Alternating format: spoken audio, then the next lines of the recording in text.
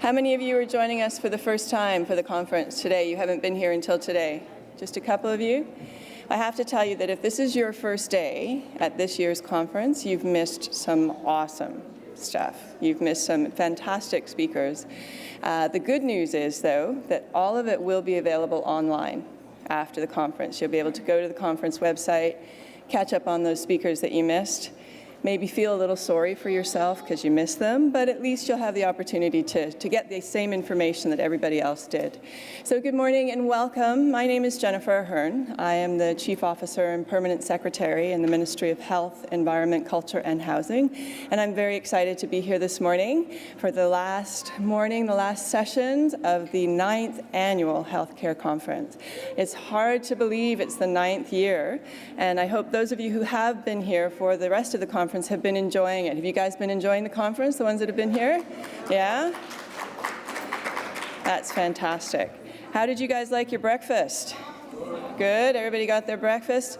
That was very generously sponsored by Cineco. So if you see any of the Cineco team here today, they were here yesterday with their shirts, so they were easy to spot. If you see any of the Cineco crew here today, make sure you say thanks for breakfast, that you liked the breakfast and it was good. I also need to give a shout out to some of our other sponsors because we could not put this conference on and we certainly couldn't offer it free of charge without their incredible support. So huge thanks to Iron Shore Pharmaceuticals, our Premium Plus sponsor. Let's give them a big round of applause. Our premium sponsors, the Ministry of Health, the Cayman Islands Health Services Authority, Pinnacle Media, and Tower. So every year, those of you who have been to the conference before, you know that you can't get away without getting some homework. I always give you some assignments to do.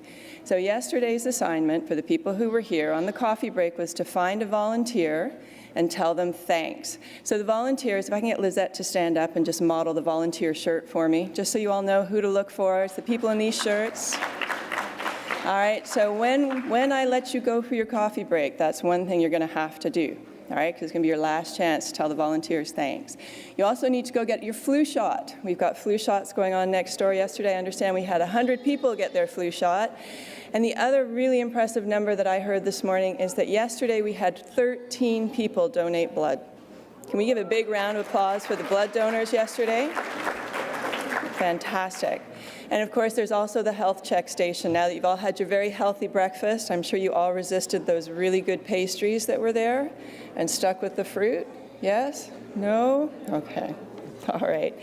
So one of the most important pieces of information that I will share with you this morning is that the Wi-Fi password is Generali. Okay, the Wi-Fi has been very generously sponsored by them. That's Generali.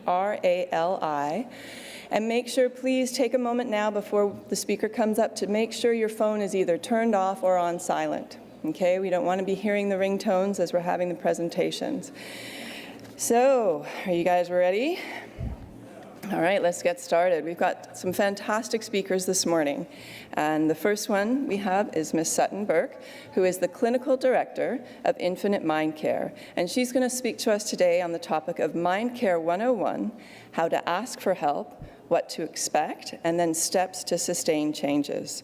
So Sutton Burke is a licensed psychotherapist and clinical director of Infinite Mindcare, which is a multi-specialty counseling practice here in Grand Cayman. With over 10 years of experience, Sutton has a passion for working with difficult-to-treat anxiety disorders such as OCD, panic disorder, and performance anxiety, substance abuse, and supporting first responders. Besides Sutton's therapeutic work, she's been a guest lecturer for multiple universities and has facilitated workshops and conference talks on different topics, both here in Cayman and abroad. Sutton has a commitment to providing evidence-based treatments while helping people reach and maintain their full potential in life. Ladies and gentlemen, please welcome Ms. Sutton Burke.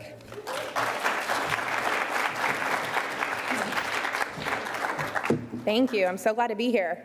So this is a nice crowd. Glossophobia, or the fear of public speaking, is a very common phobia. More than 75% of people are said to have that. So the key to me being comfortable to come up here is what I tell myself. So, you know, some of the things I say to myself as I'm walking up or as I'm driving here is, I got this. Like, okay, let's do this. And then really what I tell myself, if we really want to know it, it's F it, Like, it's gonna happen, whatever's gonna happen is gonna happen. The reality is my legs probably aren't gonna fall off, right? I'm probably, the chances are very low that I'm gonna pass out. So let's just have a conversation, which is typically what I do. And you'll see with my slides, I'm more apt at having conversations and not creating PowerPoints. So I do a lot of exposures with my clients, and someone with anxiety disorder is more likely to want to avoid what brings them anxiety.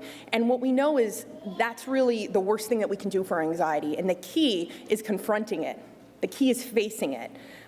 So you need to have we do exposures in my office, but we need to have a mantra that you tell yourself, which is, you just heard some of the mantras in this kind of situation.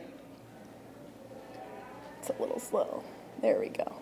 Okay, so today's talk, we're going to be, dealing with a lot of communication. The communication that we have with others and our doctors, and the communication that we have with ourselves, our self-talk, and how that might limit how we take care of our mental health. Okay, so we're going to talk about why people don't get help, the common symptoms of why you would talk to a professional, how to ask for help, what to expect from your doctor, and tips and tricks on managing your mental health. I'm really going to focus on the how to ask for help and the tips and tricks, and there's just so many, so I hope we can get through all of them.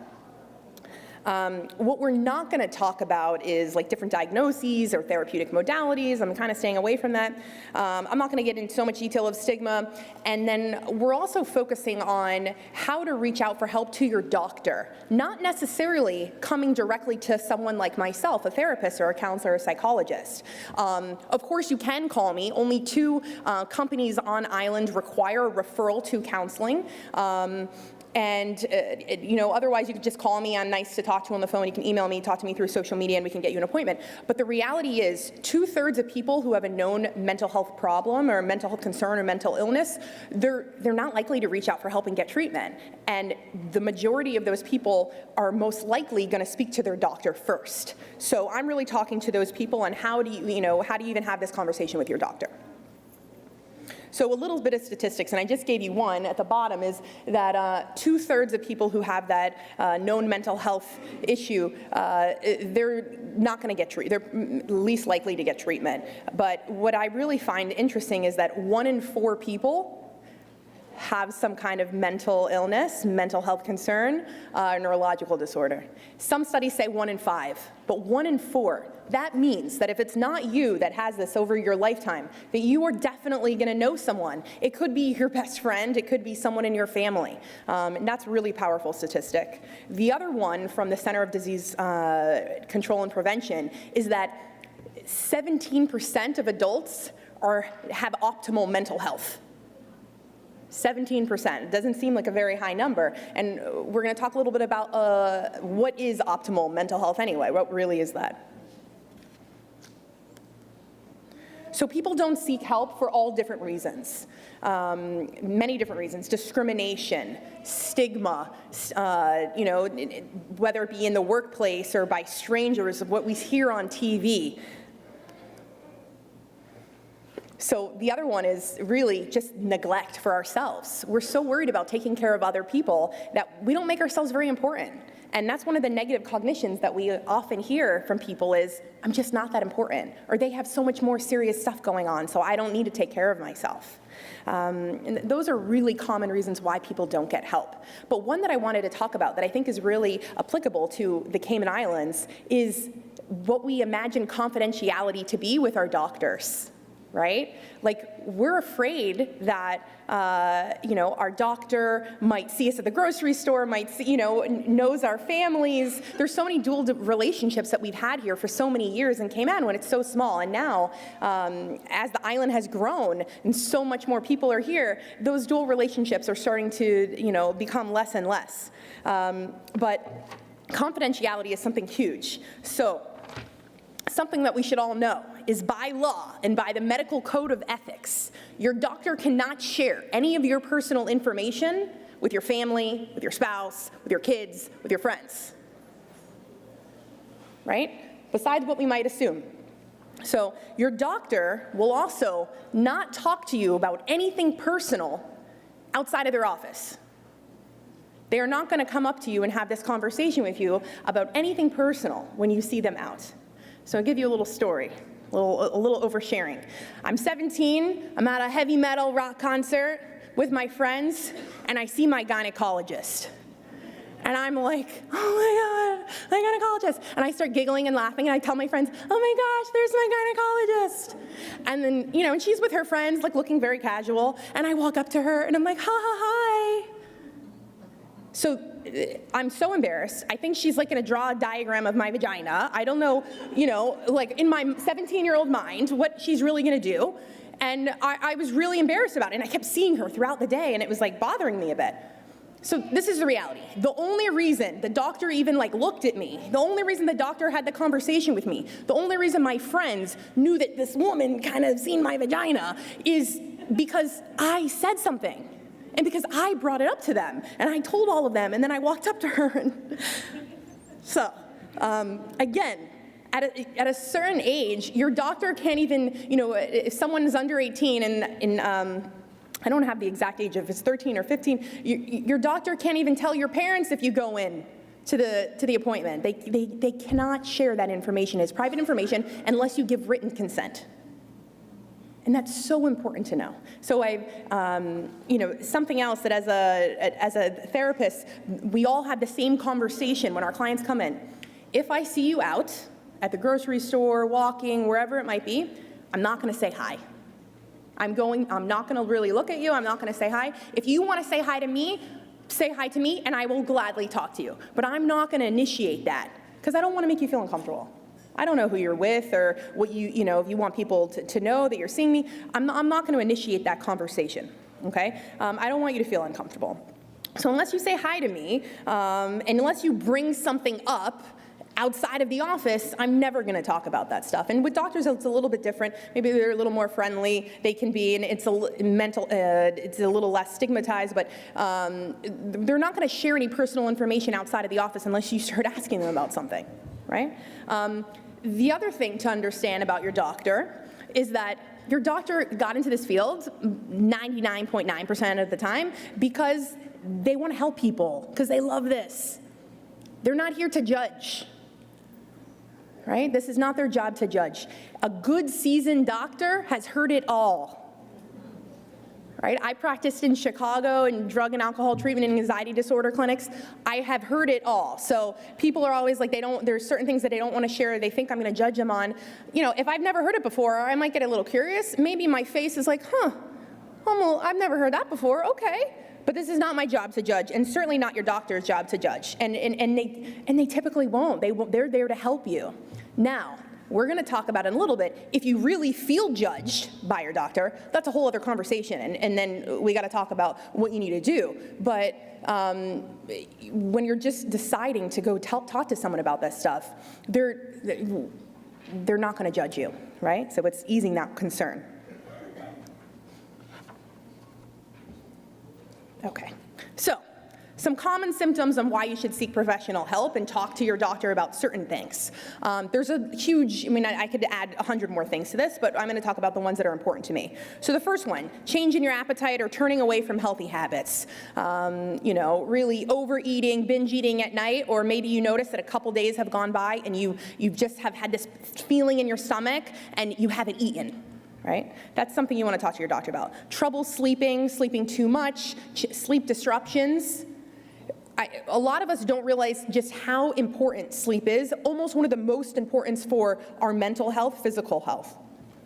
Feeling low or constantly worrying, irritability or moodiness, on edge, I like to describe it, thinking negative thoughts about yourself, not enjoying activities that you usually love, finding day-to-day just difficult, like just getting out of bed has been really hard, or just getting yourself to shower has been really difficult, withdrawing from your social life, you're noticing that your productivity is going down at work, you're having some physical aches and pains that maybe you've already talked to your doctor about, but you realize that nothing's really wrong, but you still have these little, weird feelings maybe in your stomach or feelings in your legs.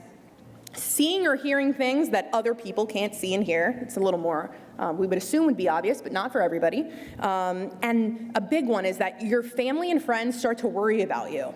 And they talk to you about that more and more and more. That's something to explore a bit and to explore with your doctor. So maybe you think that some of these symptoms will just pass. And that's okay. Like, you just think, like, this is just a little bit of the blues. Like, I think this will go away. But the reality is, the reason you go to a doctor is, what if some of these things don't pass? And some of these things, sometimes, can cause other problems. So let's say you're worrying a lot. That turns into, a lot of anxiety, withdrawing from your friends. And then the more that you withdraw, depression builds. You start coping by drinking alcohol and maybe using certain drugs. This can turn into something else, and we want to catch it and do something about it. The reality is also, I think the statistic in the States is out of 1 in 3 appointments with the doctor, they're likely to see someone with a mental health concern. So your doctors are used to hearing these concerns. Even if it's nothing huge, they're used to talking about it. So it brings more ease to the conversation. So when it comes to mental health concerns and these things that I'm talking about, it's like, what doctor do you go to see? There we go. Okay, so who are we going to decide to call, right? The first thing is you have I'm encouraging you to call a doctor that you already know, but it doesn't have to be your general practitioner. It can be if that's the person you feel most comfortable with, if that's the person you have that really close bond and relationship with, but it could also be your cardiologist. It could also be your gynecologist, your neurologist, someone that you have a relationship with that, you feel comfortable sharing with, right? Because remember, you can call me directly, but this is about, you're more likely to call your doctor. So you want to pick someone that someone that you have a relationship with, even if it's not your general practitioner, although the general practitioner is going to have the most knowledge about it. And if you don't have someone that you're really comfortable with, also when we talked about those dual relationships, if you feel like that person sees my cousins and my grandma and my aunt, and I really, they're a great doctor, but everybody goes to them and I just don't want to share that with them, again, statistic 1 in 4, right? You know someone that has been to the doctor and has talked about these things, or has been to a therapist. So ask someone, who do you recommend who's good? Come find me afterwards. I feel like we have some of the best doctors on the island. I'll give you some recommendations, right? There's people here that you can just speak to and get their recommendations. So that's who I would recommend calling. So now it's time to make the call, to make this appointment. And for a lot of people that I work with, just picking up that phone feels like it weighs 400 million pounds. It's not an easy phone call. You're like, this is not something I really want to talk about, and now I have to call and make this appointment. So the worst case scenario is, and I say this worst because in the beginning I said the worst thing we can do for anxiety is avoid, and I don't want you to avoid. But the worst case scenario is, you ask your friend to sit next to you while you make the phone call. And I've done this with my friends before. I hold their hand and we make the call together. But you're the ones doing it. Worst is your friend calls for you or your parent calls for you. And I get those calls a lot where and I always ask, why is it you that's calling and not the person that wants to come in, right? I get a little curious with it. But that's, get someone to call for you. When you call, you want to request, when we're talking about, when you want to come in to talk to your doctor and you're talking about some of these things, you want a little more time. You don't want to feel rushed or like you only have the 5 minutes with them, with whoever you might be seeing. So you want to maybe say on the phone, can I have a 20-minute appointment? Can I have a little bit of a longer appointment? Ask to be seen as soon as possible. Some of the things on the list, they could get worse pretty fast and we don't know what they are, so take it seriously. These are really important things. You are important. And the next one that I think is really good for people to know is you don't have to feel obligated to tell the admin staff anything about why you need to come in. Now, is it helpful? Yes, of course. Then they can maybe get you in a little faster. Then they could say, okay, I'll find a way to make that 20-minute appointment happen tomorrow or next week. So was it helpful? Yeah, but if you are feeling really just uncomfortable about this and it's a big deal for you to just make the call, you don't have to tell the admin staff. And you could simply just say, I'd rather not say, if they have to know, maybe the nurse can call, but I'd rather just not say. It's just important that I come in. So here we go, prepping for your appointment.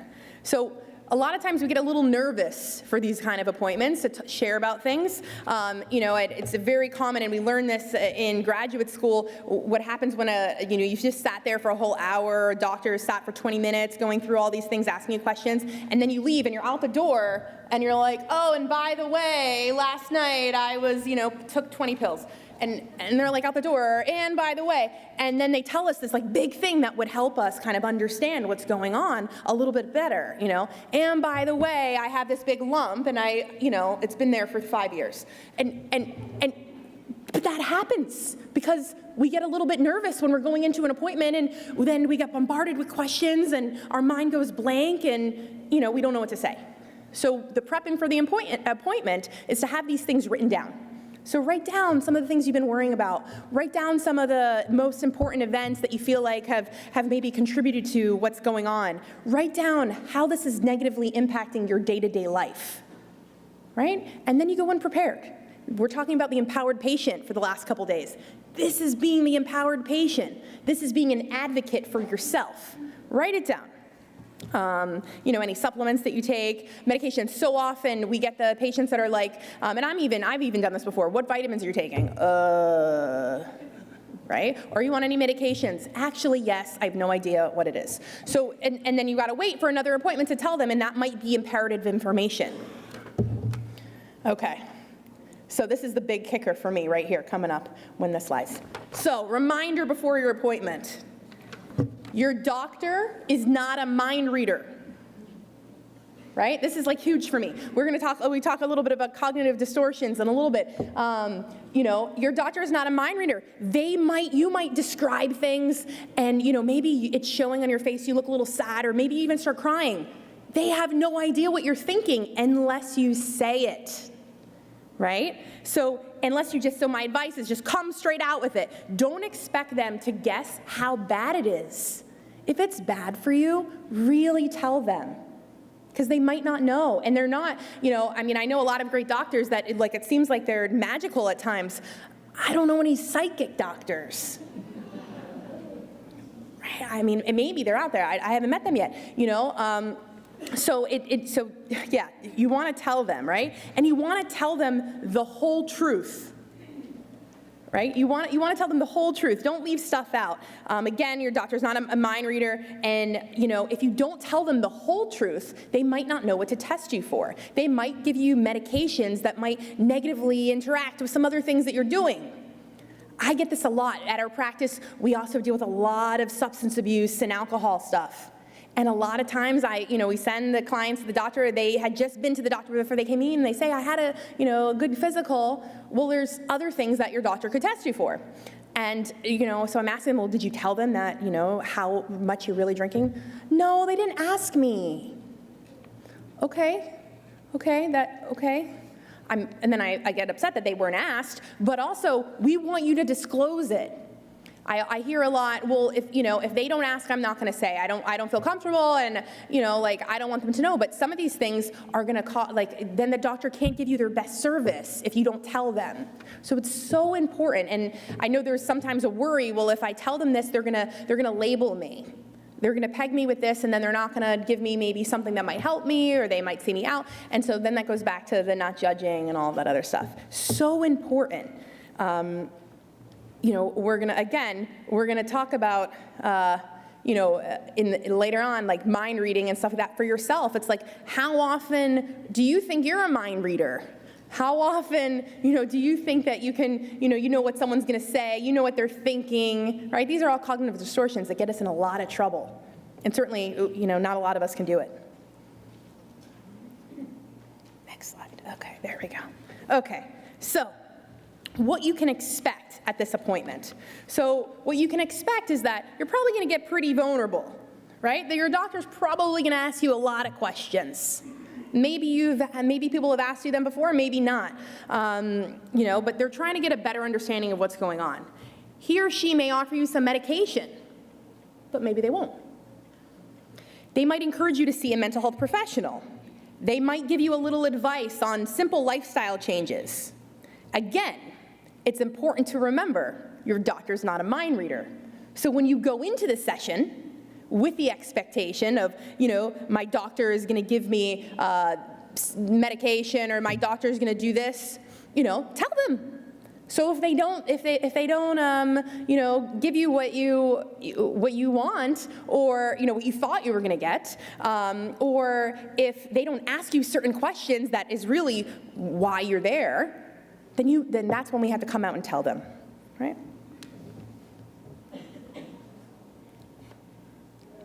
Okay. So here, the actual appointment, right? And I think we just went through some of these things. So, the other day I was talking to a really great doctor on Thursday, and she was saying, at the end of her sessions when she was in the UK, she would say, like, is there anything that I didn't ask you? Is there anything you didn't tell me that you want to say? And I always say that at the end of my first appointment. I'm always like, is there anything that you really want to say that, you're afraid to say? Or you don't think I'll understand? Like, let me hear that. And that's super helpful. So, go back. Also, what I didn't mention is obviously you wrote down all those lists of things to prepare for. Those are the things you want to talk about. Get that list out and go through it. If your doctor talks too fast or says some words that you don't understand, ask them if they can write it down for you.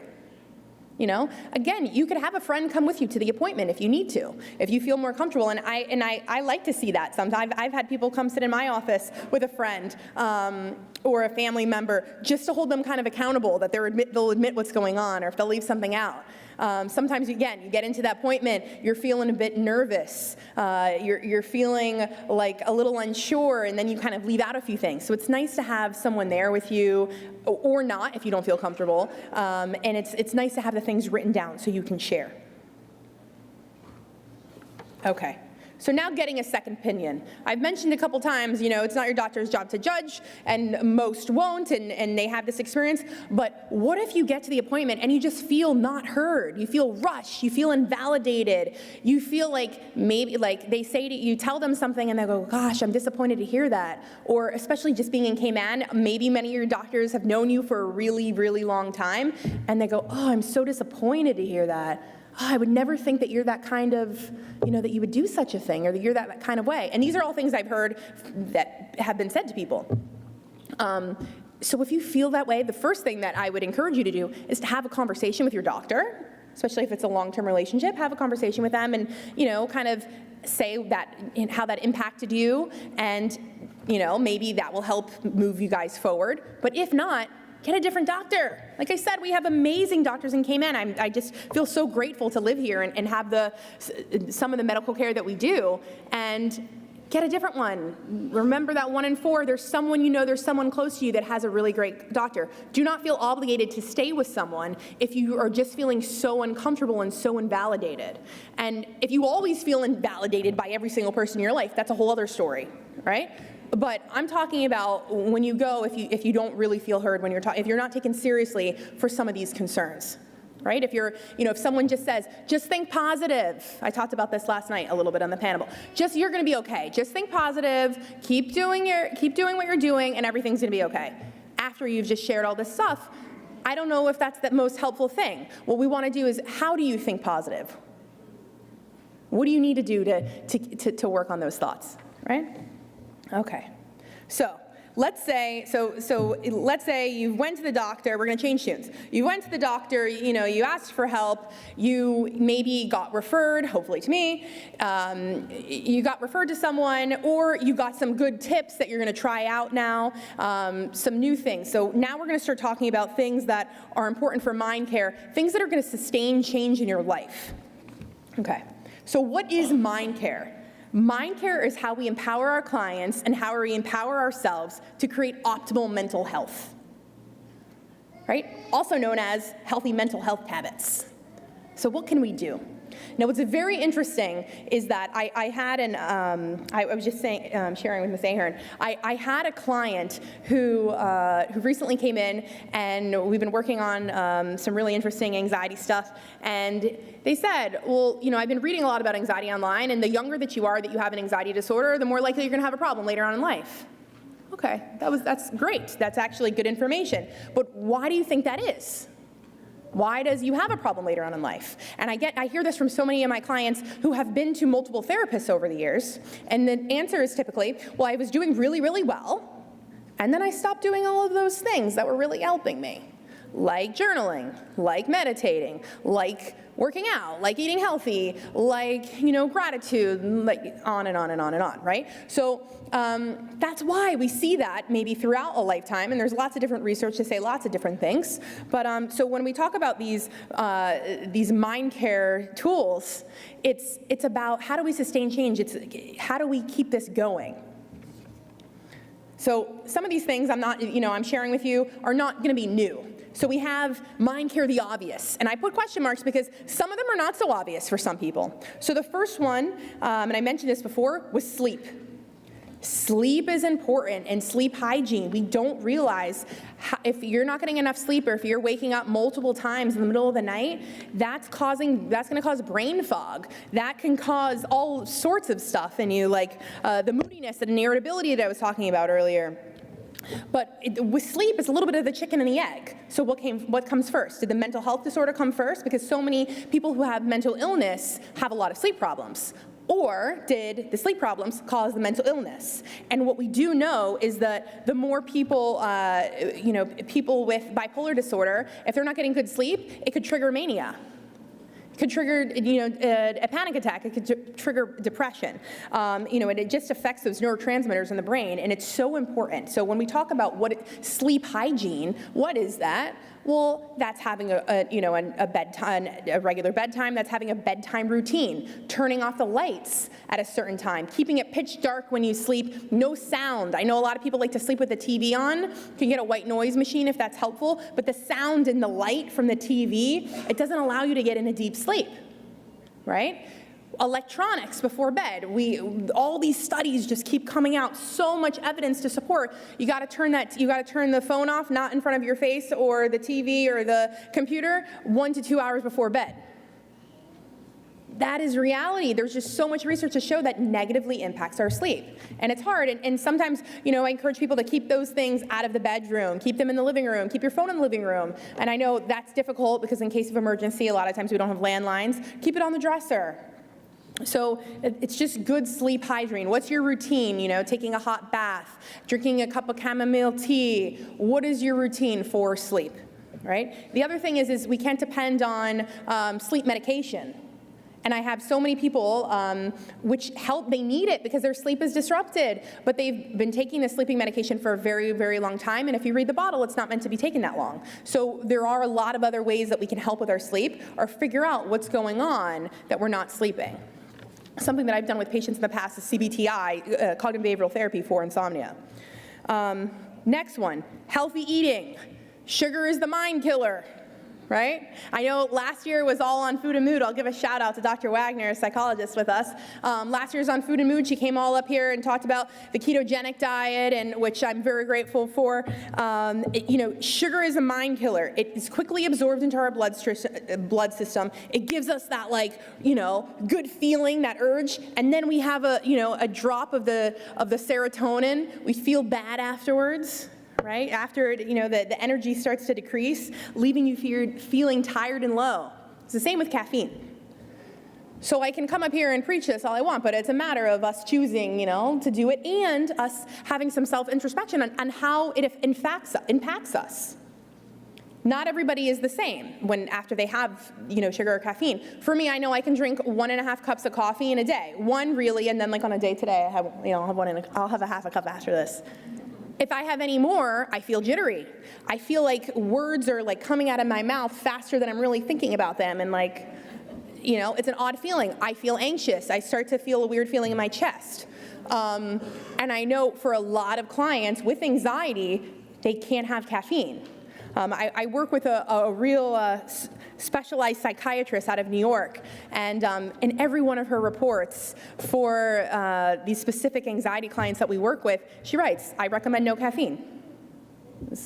And I'm going to talk about something else that she recommends, which is a really interesting one. Take your vitamins and your medication. So vitamins, Sometimes if we're missing certain vitamins and nutrients, we start to feel this in our head, or we feel tired a lot, we feel the foggy brain, we feel low energy, we feel even depressed, and it's because maybe we're missing one of these key vital nutrients. The other one is take your medications consistently, and I know a lot of doctors do talk about this with their patients, but I just keep hearing it over and over again, which is, oh, my medication run out. I get 5 calls a week to say, who should I call? My prescription was up 2 days ago and I didn't get another prescription. Well, when we take certain medications, like an antidepressant, this is very serious, because it's playing with all the little wires in your brain, and if you don't take the medication on time as prescribed, and you miss even just 1 day, 2 days, you could start feeling really low. You can get suicidal. You get very anxious. You can start to have stomach problems. You can have all sorts of stuff. And it's very often that I hear it at least once or twice a week from patients. They come in the week before, they were doing awesome. The week they come in to see me, no, a lot of things have changed. And when we talk about it, it's like, well, I haven't taken those meds for a week. Oh, please take it. Take it if that's prescribed. If you don't want to be on them anymore, then talk to your doctor and they taper you off. Right? We got to take it as prescribed. Next one is, I don't need to change the slide. I have a million up there. Next one is exercise. And this is, everybody always says this. We hear a lot of, this kind of talk, healthy diet and exercise. But what kind of exercise? And so there's lots of different kinds of exercise. We know that people who do Pilates and yoga, that's good. That makes you feel calm and relaxed. Stretching is really good. You can get into a real mindful moment with the stretching. But the exercise with the most research for it being a natural antidepressant is, getting that heart rate up 50 to 85% max for 30 to 45 minutes, 3 or 4 times a week. Hardcore exercise, that is a natural antidepressant. Everybody can do that. I see walking is great. I love a beach walk. I love to just go walk through the neighborhood. I put my headphones on. It's my own little time, so that, that also has its mental health benefits. But if I want to feel really, really great afterwards, I got to go sprint for a little bit. Get the heart rate. Even if you can sprint for 10 seconds. Everybody said, I'm not a runner. You don't have to be a runner. Sprint for 10 seconds. That interval training is so, so helpful. Next one, the limiting alcohol and drug intake. Again, it's kind of a disclaimer. Sometimes we listen to it, sometimes we don't with certain medications. But why is that important for mental health? I'm not going to deny that maybe having a drink has helped you sleep at night better. I hear it a lot, like I have to come home, I have to have my wine, it makes me kind of relax, and I go to sleep. Or, I'm stressed out, and, let me have the glass of wine. Or I'm going to a party, and I feel a little socially awkward, let me have a drink before. Now, the problem with this is that if we're doing it for something, it's a little self-medicating. And do I think everybody is an alcoholic or a drug addict because this is the kind of work that I do? Absolutely not. I know that's not true. But there is a lot of substance abuse going on, how we use this stuff and how it impacts our life. And so the reality is it can make an existing mental health illness 10 times worse. One of the main problems associated with it is that it negatively plays with the chemistry in your brain. We're changing the chemicals in your brain, which we don't want to do. And while you get that maybe urge, the first drink that you have, and the relaxing, you kind of feel like it's helping me, and I feel happier, what it's actually doing over time is depleting your serotonin, which makes you happy. So temporarily you feel good, but over time not so great. So gratitude and prayer, lots of talk of this. I'm always talking about gratitude and prayer. And that's really just your reality check. Doing a nightly gratitude list is just kind of giving yourself a reality check of this is my life and it's good. Instead of focusing on those 2 negative things that are going on and that are really seem like they're just all consuming, what about all these other things that I have in my life? And thank you for all of that. And then if if prayer is important to you, that's also that reality check for you. And then we talk about the self-introspection, the journaling your thoughts, your worries, putting that out there. And I encourage you to journal a couple hours before bed so you don't go to bed thinking about all the stuff you just wrote down. That wouldn't be so great. So then we have the not so obvious ones. The not so obvious. So inputting healthy thoughts as soon as you wake up in the morning. I don't know, what's the most common thing that you guys do when you wake up in the morning? Grab from my phone. Stare at the screen. Who texted me? Who Facebooked me? Who emailed me? It's 6 in the morning. I don't have to be at work until 9. In the conference I was at a few weeks ago, we talked about like the addiction of checking. So important. Got to check it right now. It's 6. Give yourself a break. You don't have to be at work until 9, even if you're a business owner. So inputting the healthy thoughts as soon as you open your eyes in the morning, what this is doing is this is creating your day. So if it's not the checking of the phone, it's, I have a 3 and 2-year-old. I know the feeling of my daughter saying, it's the light is out, the sun is out, it's not nighttime anymore. And I'm like, it's 5:30, it's nighttime. And she's the greatest, and I love to see the little smile and get a little kiss. But I need that moment for myself because that's going to create my day instead of like getting annoyed at my perfectly beautiful angel daughter, right? Instead of that letting me start my day and create that about her, it's like I take the moment and I do moda ani, which is just kind of being thankful for waking up. Right? And that's not everybody has to, if you don't have you're not affiliated with a religion or a prayer is not important to you, we just input the thought. Right? Thank you, I'm glad I woke up today. Great, get up, let's do this. Or, today's gonna be a great day. I have a lot of stuff today and I got this. I know I can handle this. Or like, I got a lot of stuff going on today and tonight I'm gonna come home and I'm gonna get in the pool, I'm gonna go for a swim. Recreate the day. Inputting those thoughts. I get this all the time. Again, with anxiety clients, they wake up and a lot of times it's so common I feel heavy in my chest already. Waking up is the first thing is the worry thought. Oh my gosh, I have so much to do today. So that's what and instead of focusing on that, and we're going to talk about the cycle of thoughts that then come with that, it's at that moment that we want to relax ourselves and put I got a lot of stuff to do, and right now, I'm just going to sit here and breathe. Right now, I'm going to focus on the 3 things that I look forward to in the day. Right? So that's one good tip. The next one is monitor your self-talk and cognitive distortions. So we talked a little bit about self-talk. We have over 50,000 thoughts a day. Some of them are completely random thoughts that are just going to go like in one ear and out the other ear. You forget them. I like those shoes. The lighting is not good. I wonder what I'm going to eat for lunch today. Whatever.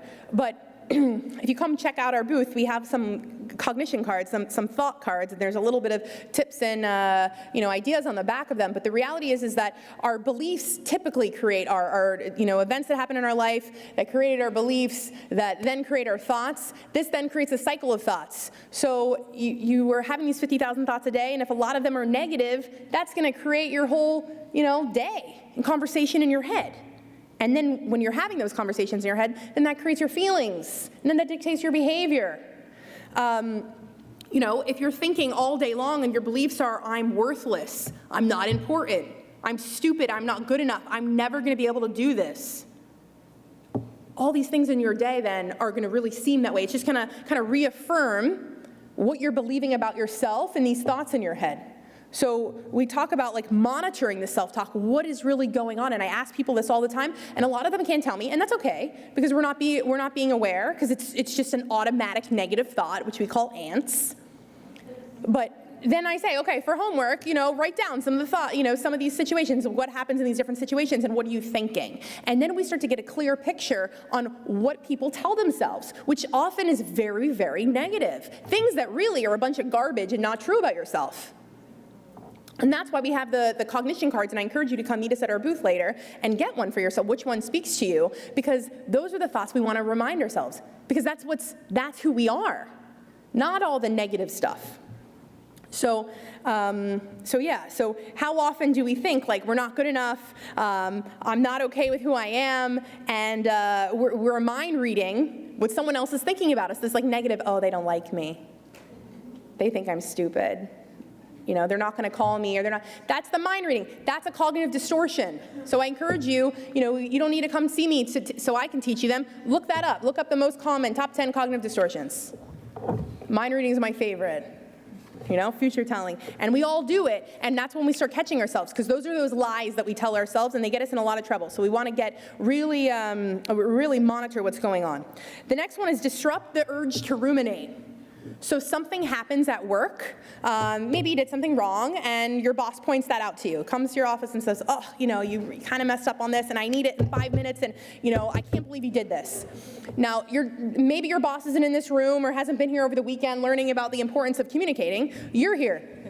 So some people, what they do is they ruminate. For the rest of the day, your day is ruined. You're just thinking about, gosh, my boss is just, you say some choice words. You go gossip about it.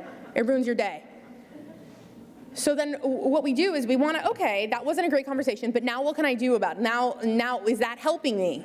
That's one of the questions on the cards we had. Is this helpful for me to be thinking about this? Well, no, because what is it doing? It's not changing the fact that this just happened, right? It didn't change the mistake. So is this helpful? No. What else can I do right now? Okay. Put this to the side, and I can focus on X, Y, and Z.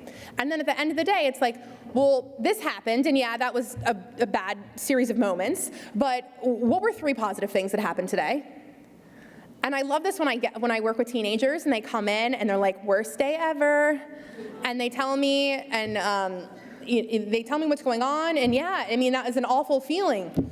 And then so we work through it, and we work through maybe, how to be assertive with that, or, how to set a boundary with someone, or how to, identify big, medium, small problem and put that one into the small box. But then at the end, it's like, okay, what are 3 positive things that happened? And then they tell me, oh, I actually got 100% on this test, and, this girl asked me to her birthday party, and I'm like, oh, wow, those are really big things. And my mom said we're going on vacation. I mean, those are really great things that happened today. And so quickly we discount the positive. We don't even let ourselves really feel that, these wonderful things that are happening in our life, because we're so focused on ruminating. And so it's, catching ourselves. Again, this is all empowered patience, self-awareness, and really understanding what's in our head. What are we thinking? What are we doing? What are our conversations like? Emotional regulation, emotion regulation, this is a big buzzword we keep hearing, and this is taking those thoughts a step further, because when we have those thoughts going on in our head, then it dictates our feelings, and sometimes, this could come out in anger or come out in extreme sadness or reaction. So how are we regulating those emotions, and what are we doing for that? And there's so much for that. If we go into the next step on one of those things that we would do would be the breathing. So warrior breathing, we just started calling that with our first responders. This is warrior breathing, which is really mindfulness. But sometimes people hear the word mindfulness and they think it's very pink and fluffy, and not for you, and it's not for me. When really mindfulness is about controlling our breath, and controlling our breath and just being in the moment right now. Which maybe that sounds a little odd, a little kind of new agey. This is breathing. So, just breathing can help calm us down, just focusing on our breath. So there's lots of different ways to do it, and when, there's lots of tactical breathing and warrior breathing, and that's kind of like a box breathing where you breathe in for 4, you hold for 4, you breathe out for 4, and then you don't take a breath for 4, right? We're not gonna do that. There's lots of ways to breathe, and it can get kind of complicated. I do something with my clients just called blink and breathe, which is just breathe and focus on your breath. Right? And then sometimes I teach them to pretend and visualize that they see their breath going in through their nose and out through their mouth. And what happens is their brain, if you're really focusing on your breathing, you can't think of anything else, but our brain just has those thoughts that wants to come in and wreck it for us. So as soon as you notice that the thoughts are coming in, then you just go back to your breath. So we're all going to do it for a second, and I'm going to show you. There's a great app. It's called the Calm app. There's lots of free stuff on it. If you pay $50 for the year, then, and I'm giving them an advertisement right now. I don't get anything in the company. But my favorite one that I do is, for me, I just will go sit on my couch. Sometimes I notice I'm getting a little antsy, worried about something that's going to happen or a meeting that's coming up, and so I go sit on the couch and I just focus on my breathing. To me, this is the most helpful thing on their app, which just tells you breathe. So let's all do it. What's going to happen when I click this button is it's going to automatically pop up. So just let it go around one time and then just do it together. We're only going to do it for 15 seconds. So just breathe in and breathe out. Now if we can all do it.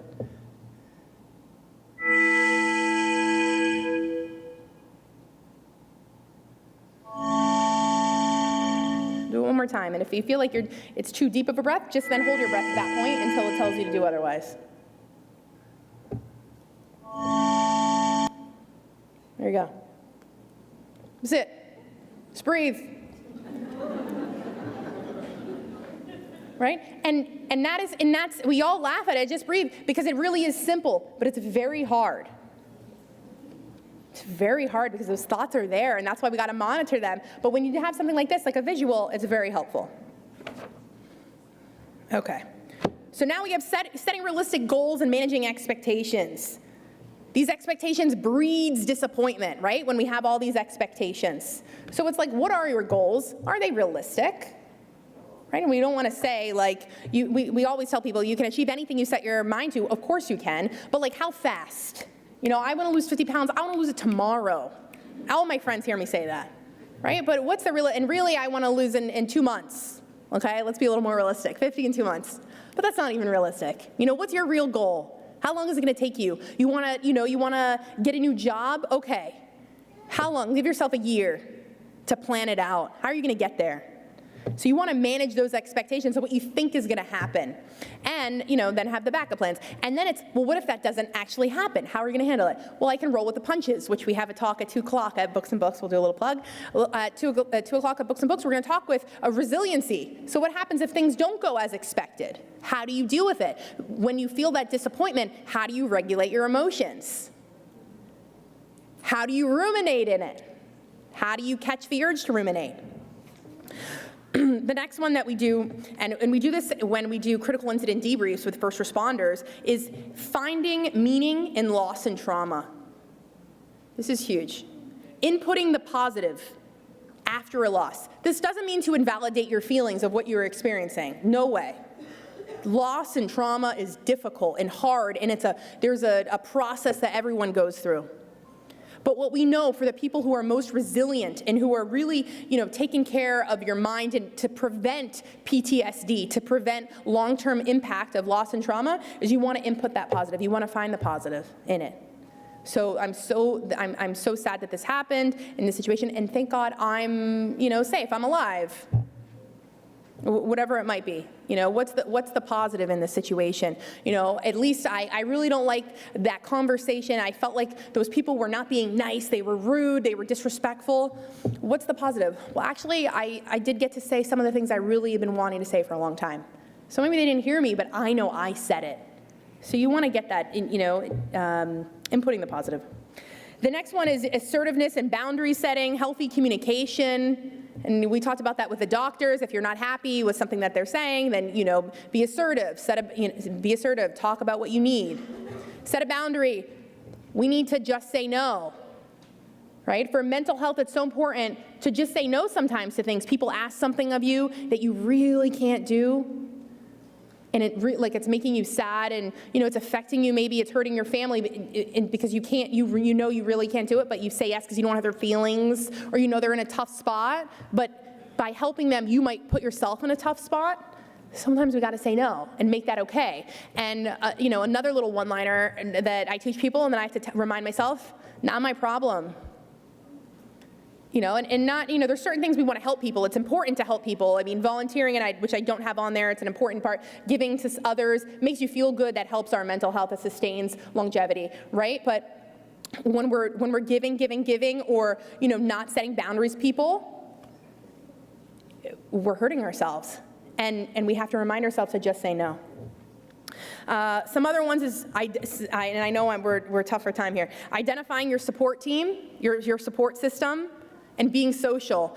Yesterday, Holly mentioned this, which is super true and powerful. Research shows we live longer if we have a social circle. We need people. So often people come into my office, they've been burned. People have gossiped about them. Family maybe has not accepted certain things about who they are. Whatever it might be, shared personal information, laughed at them, judged them. They don't want to be around people. Their best friends have hurt them. They've stolen their boyfriends or their husbands or whatever might be going on, right? I don't need anybody. But the truth is, we do need people. We need to identify who those people are. And again, with my teens, even adults come in and say this to me, is like, I have no friends. I have nobody. I have no friends. This person has, they went to a party last night. I saw it on Facebook. They were with 10 people. I don't even, I don't have anybody. And then I start listing, well, who are you close with? Let's write their names down. And then they have like 3. I'm like, wow, that's big. You know, who is your social circle, and how do you connect with them? Make plans with them, not just online, not just like texting. Pick up the phone, have a real conversation, right? Meet for a coffee, go for a beach walk. That's one of them, you know, being outside, being in the sun. The psychiatrist that, you know, I'll work with every now and then in New York, she also prescribes like artificial light to people. Light therapy, even in the Cayman Islands, because you're in your office all day. That sunlight, that increases your serotonin. We have a world right now obsessed with happiness. How do we all stay happy? Which is, and I could talk about that for hours too. How do we all stay happy? Well, one way is increasing our serotonin, keeping that going. And yeah, so the sunshine is one way to get it. Building in a treat, and I don't mean like a piece of cake is your treat, which was always my treat. And it hasn't been my treat for 5 months. But what is a treat, right? And I'm disclosing all this stuff to you guys today about myself.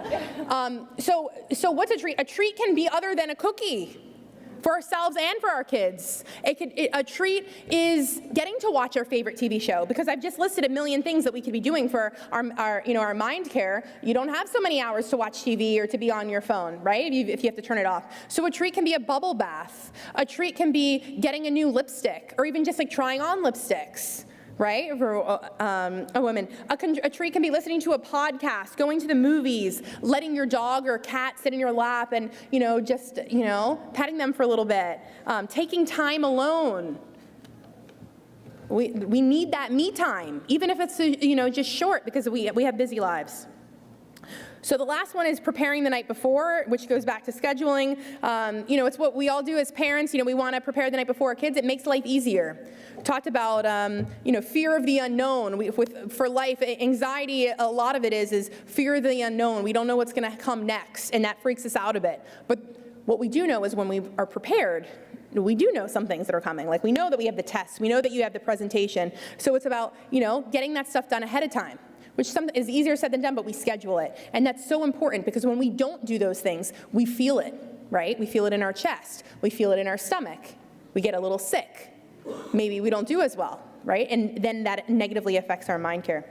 So the last slide. So now I've just, sorry, I went through all these and didn't change. So basically, I've just given you all these tools and tips, all this mind care, good stuff for you to do. So now, why do we typically, and a lot of this you've heard before, so why do we typically stop doing all the things that are good for us, right? And there's lots of different reasons why. But one that I find really, really interesting is this language. I want to versus I have to. I have to go to the gym. I have to journal. I have to eat healthy. Compared to, I want to do those things. I want to because I feel really good afterwards. I know if I go work out afterwards, I'm really proud of myself. I feel accomplished. And when I feel accomplished, when I feel proud of myself, I have a good day. Right? I want to do those things. And so it's interesting because I have to do those things. It kind of takes the responsibility away from ourselves, and being responsible and adulting is not something we all want to do. We all want to avoid it since we're a child. And we have like this wellness wheel thing that we're giving out that one of my clinicians recommended we put. And one of the great things that she changed on it was adulting, because we all want to avoid that. Right? And so if it's like because we have to, because our parents are telling us, still in our mind, or someone's telling us, then it's kind of like we can rebel against it a little bit. Like, whatever, it's not something we really chose to do or wanted to do. It's because we have to do it. Someone told us to do it.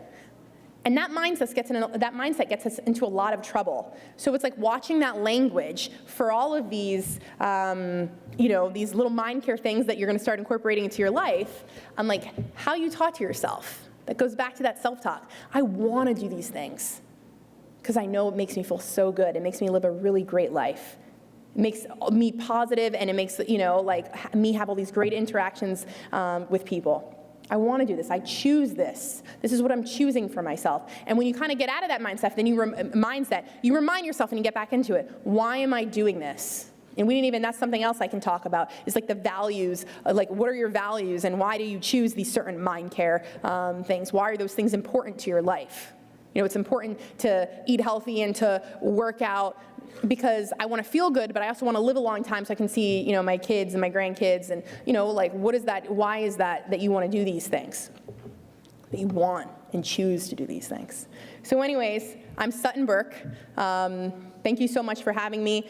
The company is Infinite Mindcare, and something that we're doing, if you have Instagram or you have Facebook, this month it was Mental Illness Awareness Week, and one of the things that we did to promote it this month is we're putting on this incredible social media contest called Winning Wellness, and we're giving away over $1,300 in wellness services, all things that help make it easier for you to have good mind care. Hydrofacial from my favorite, Christina at Beyond Basics, massage, Pilates, private Pilates lesson, food, coffee place, juice. It's like a ton of stuff. Actually, the Ritz, you get 2 hours at the Ritz spa to hang in the jacuzzi and the sauna and the steam room, which is so good for your body and you mentally. So I encourage you to, if you have Instagram, like the page, Facebook, find the little thing, it tells you what to do. And I'm picking, the last day to enter is on the 29th of October, and then I'm choosing on October 30th. It's gonna be automatic generated. So thank you so much, and questions? No, okay. Thank you so much. We have a gift for you. Oh, okay. You can stay up here for the next speaker, or you can go down. I'm going to go down. Can we get another big round of applause for Sutton?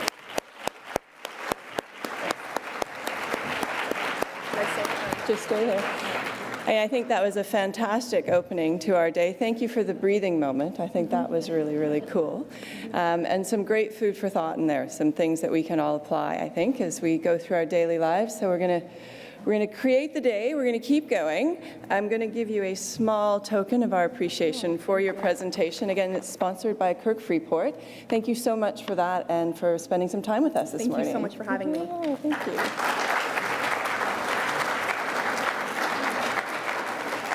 How's everyone doing? Is anyone, okay. How's the temperature? We've had a couple of people look like I think we just want to keep you awake. We pumped it up? Okay, all right. So if you've been sitting there shivering, it should be getting better soon. Yeah, excellent. So how's it going, guys? Everybody good? Yeah? We've got our next speaker. I'm going to invite him up. Dr. Scott, Dr. Joseph Scott, who's an emergency care specialist with Baptist Health International. His topic today is one that I think is incredibly pertinent for all of us here in the Cayman Islands, and it's an emergency, where do I go? I think this is an issue that a lot of our people, our patients, struggle with, so we're really happy to have Dr. Scott here to talk about it. Dr. Scott is an experienced physician who is board certified in emergency medicine and active in teaching, EMS, and disaster medicine. He is chairman and medical director of emergency services at West Kendall Baptist Hospital in Miami. He received his medical degree from the University of California, San Francisco, and was also an AMSA International Health Fellow in West Africa at the University of Ghana Medical School. He completed his emergency medicine residency training at Cook County Hospital in Chicago, Illinois. Dr. Scott's leadership responsibilities within Baptist House, South Florida, include chair of the System-Wide Emergency and Urgent Care Council and member of the West Kendall Baptist Hospital Medical Executive Committee. He is a clinical assistant professor at the Florida International University Herbert Wertheim College of Medicine and is a fellow of the American Academy of Emergency Medicine and the American College of Emergency Physicians. He's actively involved in disaster preparedness as medical director of Florida's Advanced Surgical and Transport Team and as a medical officer for the National Disaster Medical Systems International Medical Surgical Response Team, which is based in Miami. He's going to speak to us today about It's an Emergency, Where Do I Go? Ladies and gentlemen, please welcome Dr. Joseph Scott. Thank you. This is my slide? That's just the forward button. There's the forward, okay. Everybody can hear me? All right, the first disclosure is that I walk. All right, so nobody's safe. What we're going to do this morning, and I'd like to thank everybody, especially Dr. Samuel Williams, the Baptist Health International folks for inviting me down here. We're going to talk about the available resources for care within the Health Services Authority. And of course, I'm not from here, so I expect you to correct me if I misspeak or say something wrong. And then more importantly, we're going to determine the most appropriate location for care based on the initial symptoms. So the disclosures I have are none financially, unfortunately, okay? And then referring back to our last presentation, since I'm not from here, I don't know 99% of you, which means I will not judge you, all right? I am not a mind reader, okay? So I will be asking questions. And I do like cookies, so if you remember that, okay? And nothing in medicine is 100%. Just understand that, take that away from today. As much as we would like to believe that, nothing in medicine is 100%. So I like to live more by the 80-20 rule, which is, especially in emergency medicine, if we're right 80, 90% of the time, and you don't die, we're happy, okay? And if I can empower you over the next 40 or 50 minutes to choose the appropriate location for care based on your symptoms 80% of the time, we've done our job today. All right? Yes, you're going to get it wrong. Don't go to the urgent care tomorrow and say, Dr. Scott said you can see me for this. All right? Not going there, but we'll work through it, okay? So just to kind of give you a reference, this is not a problem just germane to the island here. This is my home. This is Baptist Health South Florida, and this is all the different areas a patient can seek care, okay, within our system as of today. All right, so is it an emergency department? Is it urgent care? Is it a freestanding emergency department? Is it a specialty physician practice? Is it a primary care? Where the heck do I go? And how do I seek care quickly for what I perceive as an emergency? Because it's always an emergency when it's my problem, right? Okay. So we're not as large here, but we still have the same issues. And this is just some of the choices we have, correct? That we need to kind of select. And I'm going to probably focus on the green and the yellow categories here. I'm going to leave out the red simply because these are kind of unique facilities, either based on location or based on specialty. But we'll focus on accident and emergency, the urgent care, the acute care clinic, the GP clinic that you guys have, right? As well as we have district health centers. How do you decide where to go? Well, you're going to decide that because I'm going to make you guys doctors. I'll try, okay? So if you wonder why when you walk into an urgent care or an emergency department and the physicians are staring at their computer screens all the time, this is what we're looking at. This is one of my screens typically on a day in my emergency department. All right, with all the patients lined up. And of course you can't see all that, so we'll zero in. And you can see just when I just took this screenshot, chest pain, a bunch of leg pain, some nausea and vomiting, passing out, a headache, belly pain, whole host of things. Some of those that need to be in the emergency department, some of them that don't, correct? So let's start with chest pain. It was at the top, right? Here's your first patient. 73-year-old male, diabetic, hypertension, hypercholesterol, and a former smoker, complaining of chest pain. Where does this person go? To the ER. Why? Because he's at high risk. I heard that right here. He's got all the risk factors. Diabetes, high cholesterol, smoking, a little bit of hypertension. Every one of those puts him at risk for what? What organ are we worried about? His heart. And that's what you're worried about, right? So everybody agrees A&E, don't show up at the urgent care, don't show up at the district health center, correct? All right. That was easy. 18-year-old female, unremarkable history, arguing with her father about her new boyfriend.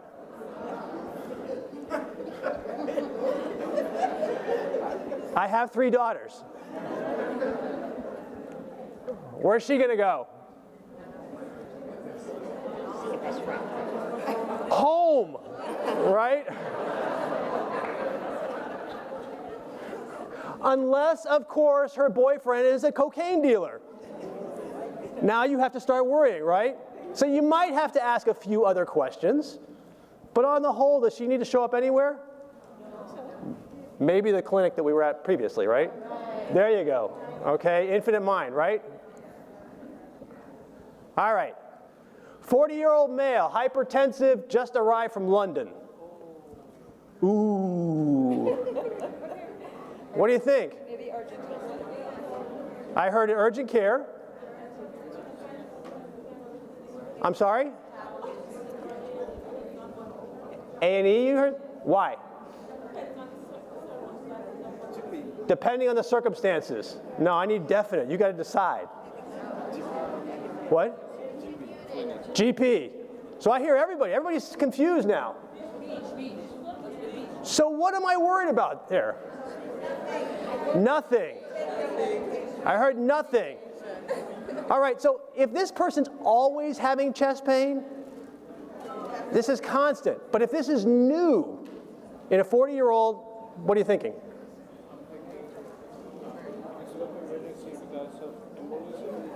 I heard the word embolism. What's the key word here? I don't care about his hypertension, and he's 40, he's young. He's just been sitting on a plane for 10 hours. Did he just get a blood clot? Did he just send it to his heart? We don't know. That's the problem. Okay, or to his lungs. So what we're showing here is that you definitely have to ask some more questions. Okay?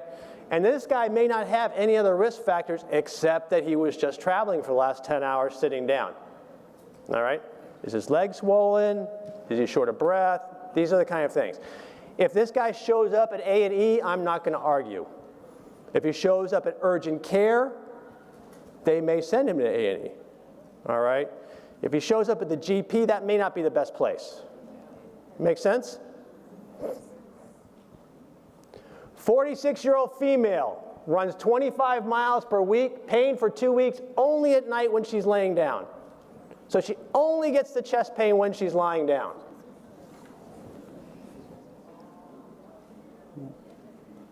I heard GP. Why? Because maybe it's a healthy woman and it's something what needs further investigation. So something needs further investigation. But you're saying GP because it's not an emergency. All right? What else? Anybody else want to say something different? Why do we say it's not an emergency? It's been happening for a while. It's only happening at night, right? So it doesn't kind of sound like it's exercise related, maybe your heart, those kind of things. The other thing is, what does she do that's so nice? She runs 25 miles per week a day. Okay, 25 miles per week? That's a stress test right there. Okay, if she can do that on a regular basis and her exercise tolerance hasn't changed, it's highly unlikely it's her heart. All right? At which point we can probably figure out what this is, and it probably can exactly be the GP. Does that make sense? So I get people all the time that come in just like this, you know, and it's Friday night at 3 o'clock in the morning, and I'm like, first of all, why did you decide at Friday at 3 o'clock in the morning to come in? It's been going for 2 weeks, okay? But oh yeah, I run and I work out and all this. You don't need to be in my emergency department at that time.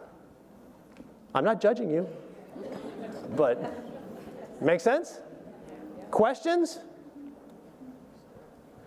65-year-old female, increasing fatigue when climbing stairs, left hand pain, intermittent dizziness, no chest pain. No chest pain. Where does this woman belong? I haven't picked on this side of the room yet. I'm told I cannot leave the boundaries of these flags. So if you're way over there, I'm going to have to yell at you. Where should this person go? ER? Why? Why should she go to the ER?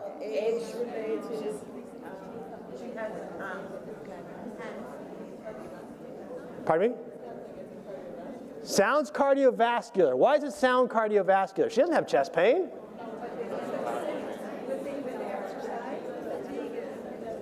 So it's increasing with exercise. We don't kind of like that.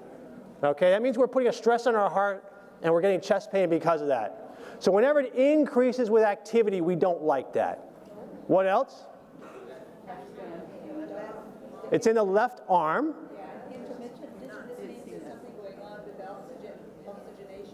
Intermittent dizziness, oxygenation.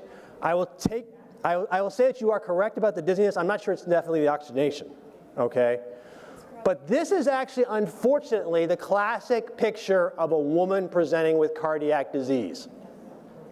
And they don't always have chest pain. So older women, and I'm not making judgments, but older women typically present with atypical symptoms. They don't come in with the classic chest pain, radiating the left arm, short of breath, et cetera. They may come in maybe complaining of dizziness, weakness. You know who you are. Or your mothers were out there doing this. Okay? They're the ones that have been managing the families. They're stoic. And for the last 3 weeks, they've been having the symptoms and didn't tell anybody. All right? These are the people we worry about. Okay? So when somebody that you know who's older starts having these kind of vague symptoms, they're just not themselves, but that may not be having chest pain, you have to be worried that maybe there is something cardiac involved. They're not crushing pain or something like that, you can go to the GP, but it's got to be checked out. If they're really having a lot of symptoms, they need to be in the emergency department. Questions? You're all chest pain experts? Right? I could spend all day doing this, but we can't. So let's tackle the belly. And as you can see here, in my shop, at least in Miami, chest pain and belly pain rule our lives. They are huge complaints in emergency medicine. This slide, unfortunately, doesn't show up as well as I thought it would. It's from the University of Pittsburgh Medical Center. But you can see how many things can go wrong in the belly, right? Fortunately, most of that is not an emergency. It can be dealt with in a health center, by the GP. We'll talk about a couple of them, okay? But there's a whole lot there. So let's talk about this person. 38-year-old female, 2 months of intermittent right upper quadrant pain after eating. I would not embarrass you, but you can raise your hand if you've had these symptoms. Very common. What do you think? Where should this patient go? GP? GP, why? 2 months, right? 2 months. Finally decided to complain about it, but it's been going on for 2 months. They can probably go another day or two. Likely. You're thinking gallbladder. Or kidney stone, those kind of things. Acid reflux, all right?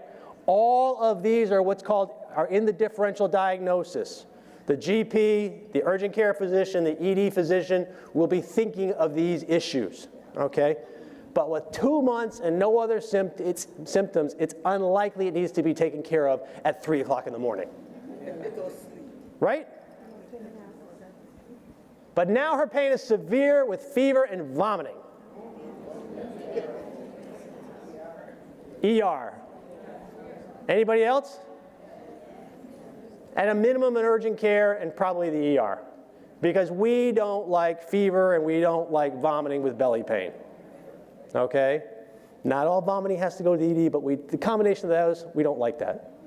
All right? Because now if you are talking about her gallbladder and a gallbladder stone, remember you can live your entire life with gallstones. All right? People go to their grave with gallstones, no problems at all, as long as you watch your diet. All right? But fever and vomiting now suggest to me that maybe something's blocked up. And that needs to be taken care of. Make sense? 17-year-old male, 1 day of upper abdominal pain, now moving to the right lower quadrant. Down here.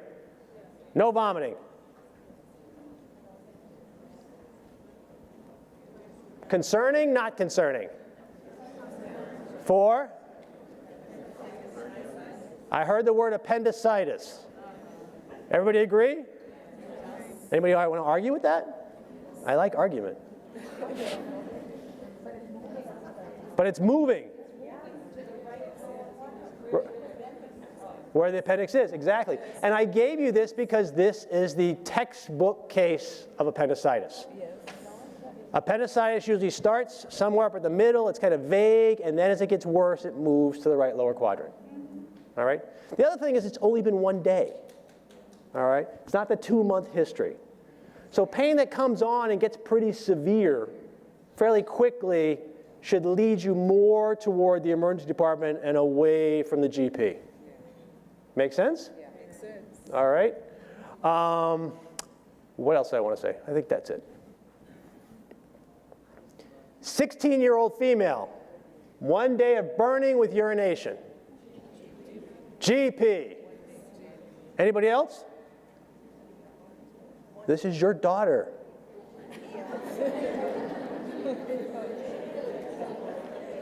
I agree, it's GP. Why? What are we thinking? UTI, right? Now with fever, vomiting, and back pain. You guys are experts. You learned already, right? Right? I told you, we don't like fever, vomiting, and we don't like back pain. Now that UTI has spread up and we're worried about the kidneys. Pyelonephritis, and we have even a higher sensitivity to that now because we're starting to see a lot of people get really infected from these things. Okay? So what we call cystitis, burning, that's the GP. Urgent care, if you don't have a GP, don't need to come to the emergency department. All right? Fever, vomiting, the back pain, all right, that needs to come in to the ED. 80-year-old male, 1 day of umbilical pain radiating to the back. ER. Why ER? So you heard 1 day. We don't like that. Elderly. Okay, and why do you say elderly? Why is that a problem? Because he's vulnerable. He doesn't have a lot of hands. He's easily compromised because of his whole age. You're saying an 80-year-old male is compromised? I'm not judging, but you know who she is. All right? She is exactly right. Because what are the chances of this person dying? High, because he's gone over 10 years already. 10 to 13%. When an 80-year-old person presents to the emergency department with belly pain, there is a 10% chance or more that they are not going to leave the hospital alive. We don't like that. Okay? Now, if it's been belly pain they've had since they were 50, that's different. Okay? But new belly pain, there's a lot of things that can be catastrophic in there. And if you've made it to 80 years old, you usually don't complain a whole lot. And so new belly pain in an elderly person like that, we worry about. This person needs to be in the emergency department. Make sense? Questions about the belly?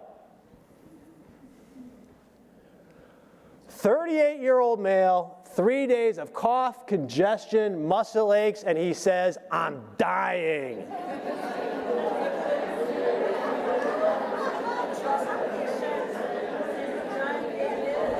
She says, trust the patient. He may be dying. She said that. What do I hear over here?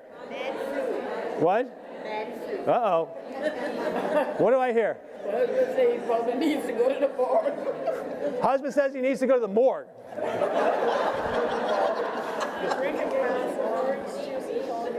How many? Raise your hands. How many people say GP? That's a lot. Urgent care. A couple. Emergency department. So most of you said the GP. I'm going to tell you he needs to go to the ER because man flu is real. All right? This man is dying.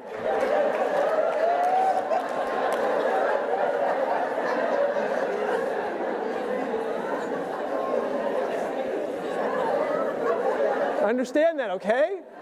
If it's me, Yes, we are. don't even bother your GP, okay? A little NyQuil, a little Tylenol. Yeah, right. She's saying the man's going to die, you know? Let's take his counterpart, the 32-year-old female, 3 days of cough, congestion, and muscle aches. Go to work. Go to work. Oh. Oh. Oh.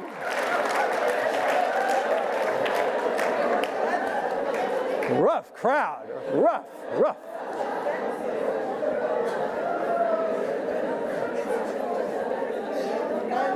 GP? Urgent care? No. GP or rest at home, right? But let me add this. She's now using her inhaler every 2 hours. Where does she need to go now? Urgent care at a minimum, ER possibly. All right? If you have asthma, emphysema, you're on a bronchodilator, an inhaler, okay, and you need to use that thing every 2 hours, you need to be seen now, okay? No one should ever die from asthma, and people do all the time because they wait too long to come in, all right? So this cough, congestion, muscle aches may just be the flu, but if you've got bronchospasm and you're using an inhaler, you need to be seen right away. Make sense? 76-year-old male, 3 days of cough, congestion, increasing leg swelling.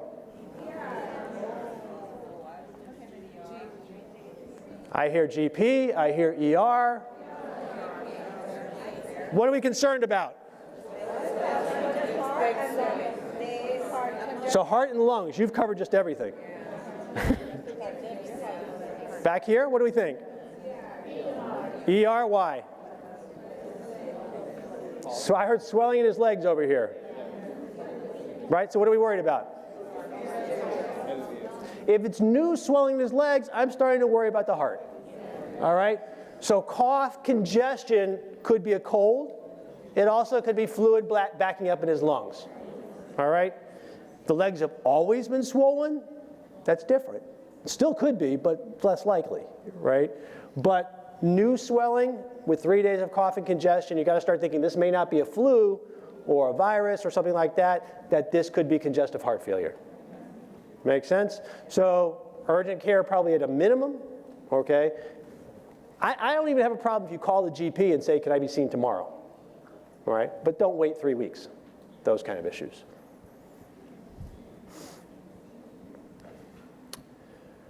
My favorite, 44-year-old male in my emergency department. My blood pressure is 170/90.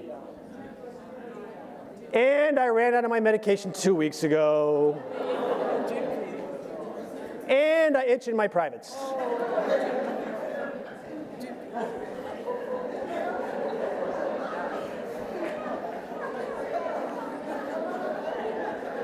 Now, first of all, in emergency medicine, when you come to my ER, I'm hoping you have an emergency, which means usually it's one complaint, okay? When you come in with 3, I already know it's probably not an emergency. I'm not making any judgments, but where should this person go? I hear GP. How many people say GP? Raise your hands. What's the question? Was little blue pill anywhere involved in that? She wants to know if the little blue pill was involved. Which is what? That's already still not my problem right now. And it could have been, but. So call the GP to get his medications. Anybody for urgent care ER? Yes. Pardon me? He's worrying about STD. You're exactly right. He's worried about an STD. Correct. Does he have to be in the emergency department for that? No. Does he have to be in the urgent care for that? No. He needs to basically zip it up and go to his GP. Right? Okay. Now, what about that blood pressure? He's gonna call in a medication for him to take quickly. I heard they need to call the medication. And I will tell you that's exactly right. I get people coming all the time. I've got a splitting headache. My blood pressure is 170/90. All right? I need my blood pressure controlled. The reality is, yes, you need your blood pressure controlled, but not immediately, and that blood pressure is not causing your headache, okay? We have to control hypertension. You have to take your medications. Over the long term, you must do that and get it controlled, okay? In the short term, most emergency physicians don't get upset about blood pressure until you're about 200 over 100. All right? Because the brain is very good in the short term at being protected from blood pressures that are high. You are not going to stroke out with a blood pressure of 170 over 90. Okay? And in fact, you're not going to really feel a blood pressure in your head until it's about 200 over 100. All right? So, well, no. I had a headache and I took my blood pressure and it was up. Well, did the blood pressure cause the headache? Or did the headache cause the blood pressure to go up because you got so anxious? All right?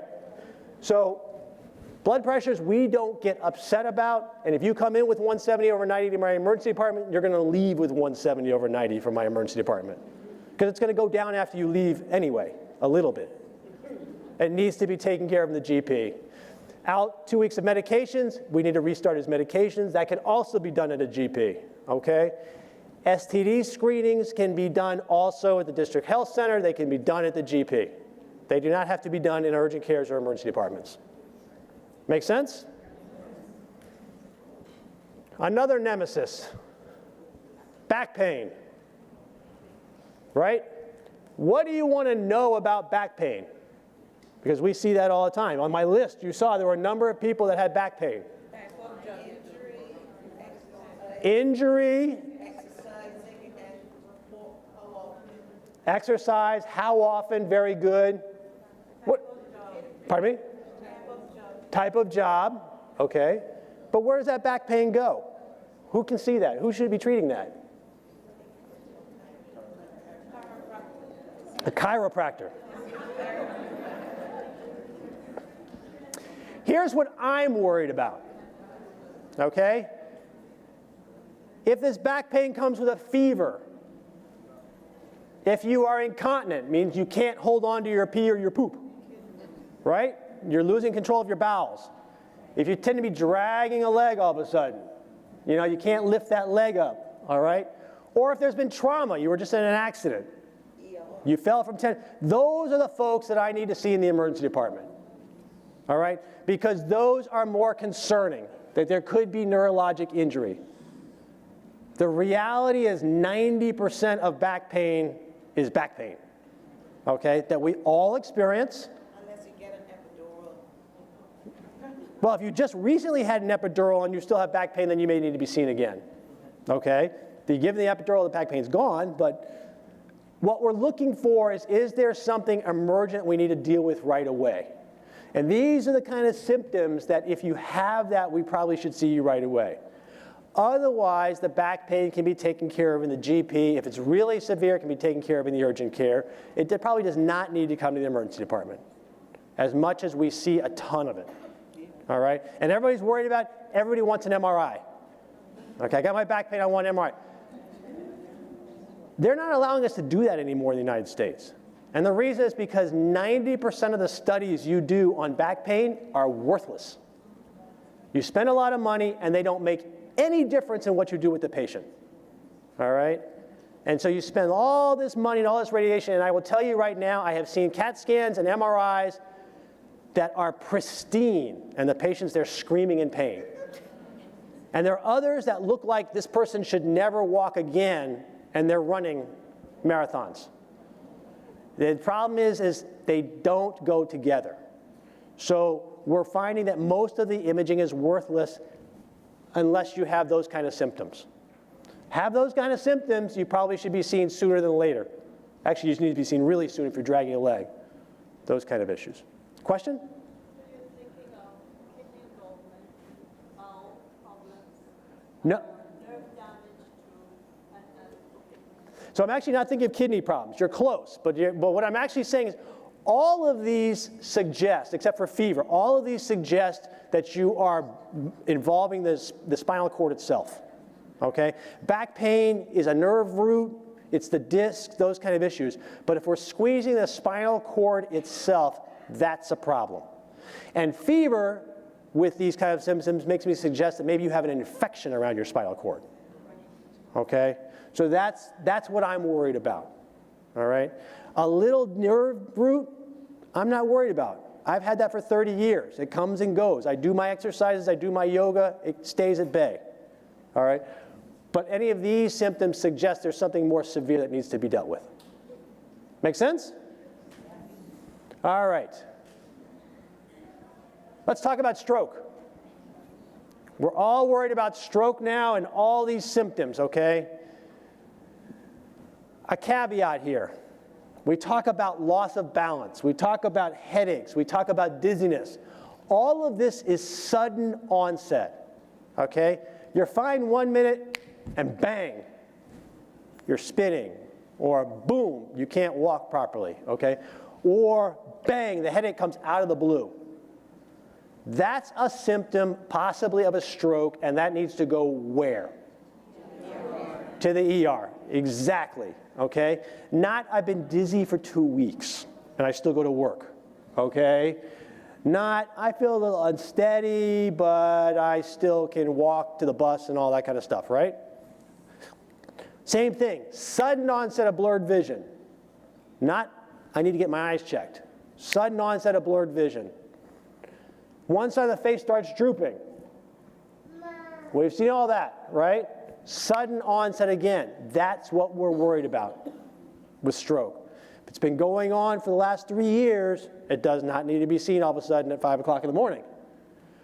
Arm or leg weakness, it's usually one-sided. It's not usually both-sided. If you're having a stroke and both arms and both legs have all of a sudden gone weak, you're probably in a coma. Okay? So in that situation, it's one side or the other. Speech also is a big one. Sudden onset of I can't talk. There's slurred speech. Your family members all of a sudden out of the blue, they were speaking fine at breakfast, and at lunch all of a sudden they're slurring their words. We're concerned about a stroke. Those need to go right away. Everything else, if it's been chronic or kind of waxing and waning, can be seen by the GP. Questions?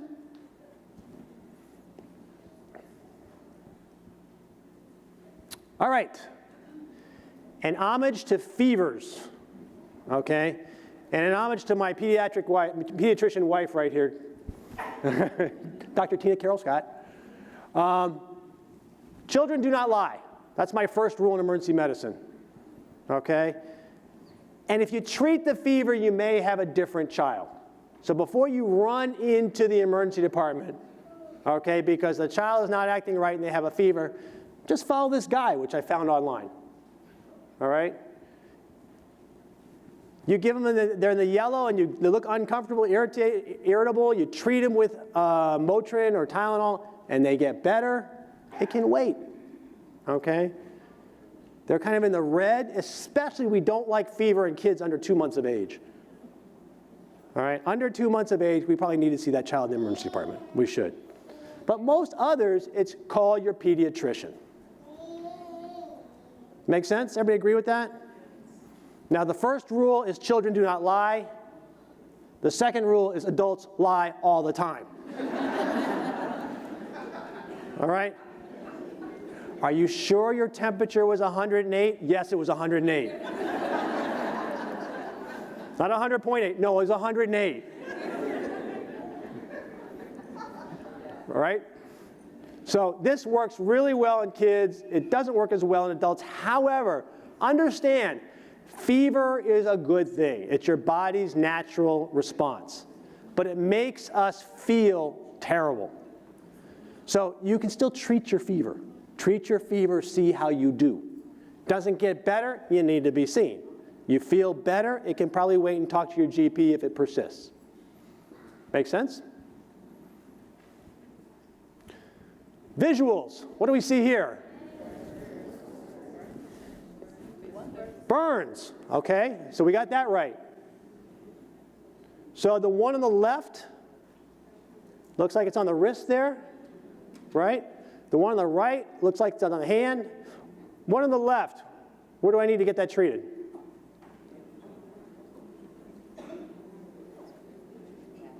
Oh, all of a sudden you're all quiet now. Look, you're going to be doctors by the time we finish here, okay? So, how many people say GP for the one on the right? On the left, I'm sorry. I hear GP some. Urgent care?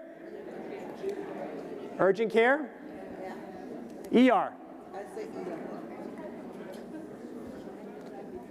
I will agree that probably the one on the left can be either the GP if they can be seen relatively quickly, or the urgent care. All right? How about the one on the right? An ER, why?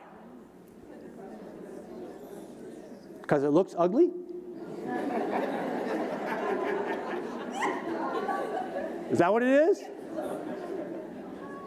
What am I looking at here that I'm worried about? I'm sorry? It's an elderly person? How can you tell? But okay, so first you say an elderly person, go ahead next.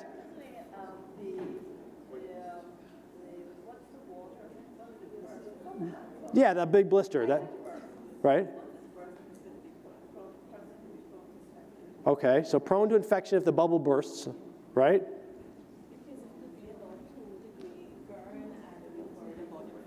So a second-degree burn, we're worried about infection. Okay, so I will tell you that both of these are second-degree burns. By definition, a first-degree burn is a sunburn. The skin's not violated, it's just red. Okay? A second-degree burn, you have a blister, whether it's intact or not. All right? And I can tell you right away, the one on the left was a second-degree burn, the blister burst. Okay? Either way, they need to be cleaned up. And they are at risk for infection. Okay? You bring up a point about the elderly, and the more medical problems you have, the higher likelihood it could get infected, those kind of issues. So we worry about that. What worries me as a physician, though, is that the one on the right involves the joints on the hand. Okay?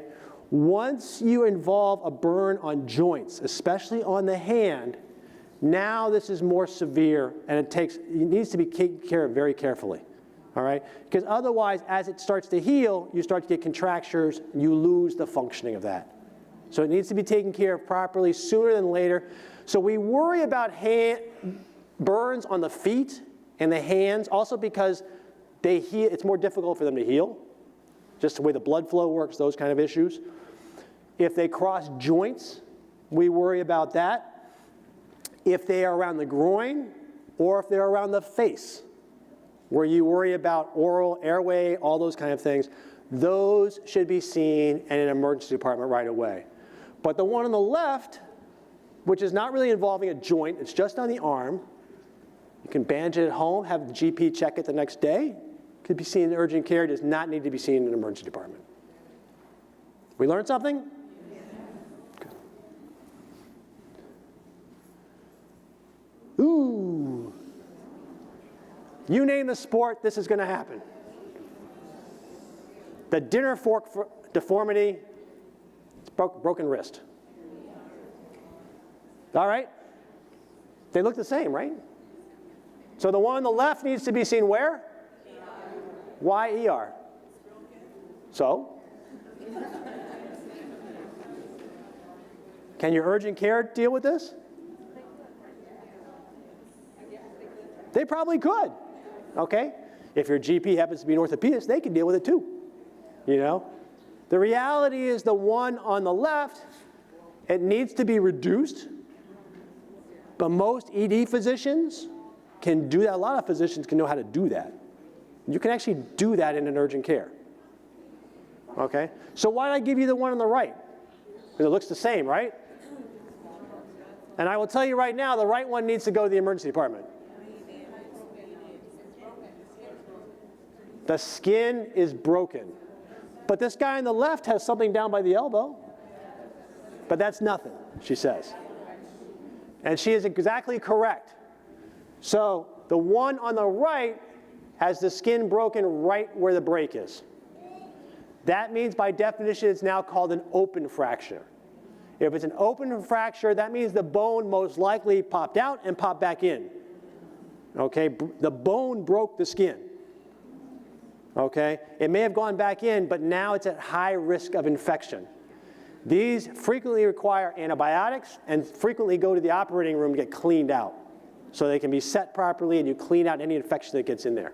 As long as the skin's intact on a break, we can deal with many of them in the urgent care and occasionally in private offices. The skin is not intact, though, it needs to go to A&E. Make sense? You guys are all orthopedists now.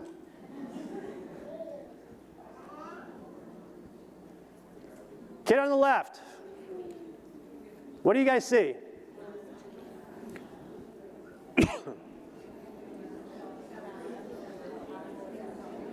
Okay, I heard allergic reaction. That's exactly right. It looks like an allergic reaction to me, right? Pediatrician, urgent care, A&E. And I should mention ACC. What do you think? Or Benadryl at home? What was my first rule? Children do not lie. Happy or sad? Kid's happy. He looks good. Don't bring him to my emergency department. All right? Don't even bring him to the urgent care. Call your GP. That's a happy kid. Kid on the right? A&E. Anybody think of anything different? And the reason why he needs to go to A&E? Airway, right? So this allergic reaction is starting to turn into what we call anaphylaxis. If his lips are this big, chances are his tongue might be that big. And that little thing that falls in the back of your throat is that big, all right? This kid needs to be watched very carefully, all right, for progression. So this kid needs to be in A&E and nowhere else, and if that happens at home, you need to bring him in right away. Make sense?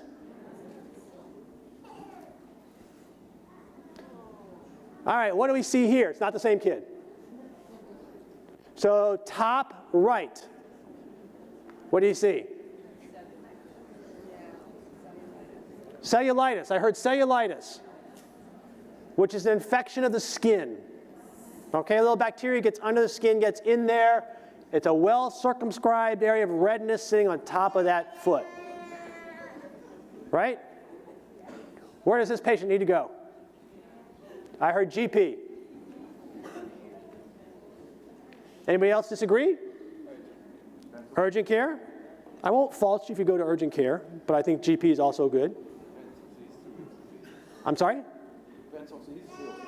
Depends on the history of the patient, such as?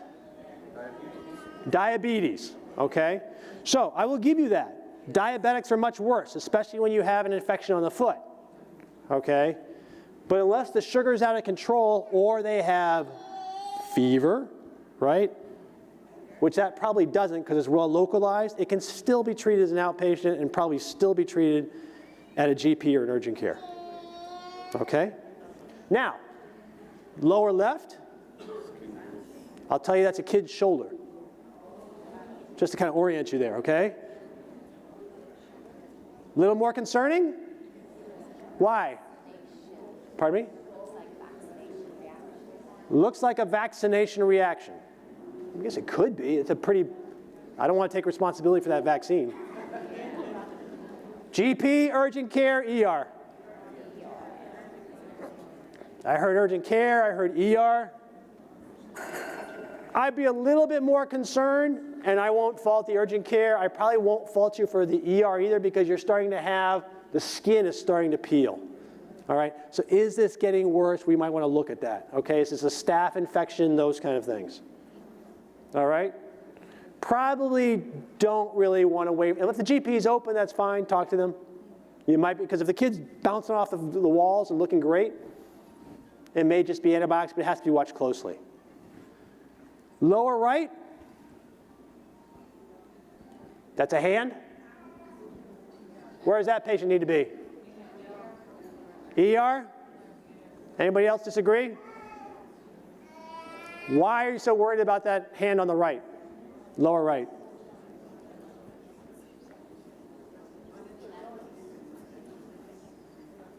Is that a normal size hand? Is that a normal size wrist? No. So now I'm worried that the infection has gotten deeper into the hand, okay? We're starting to, and it's going up the arm. That needs to be seen right away because this person needs to have IV antibiotics. And if it's deep into the space of the hand, it actually needs to probably go to the operating room and get opened up and drained, okay?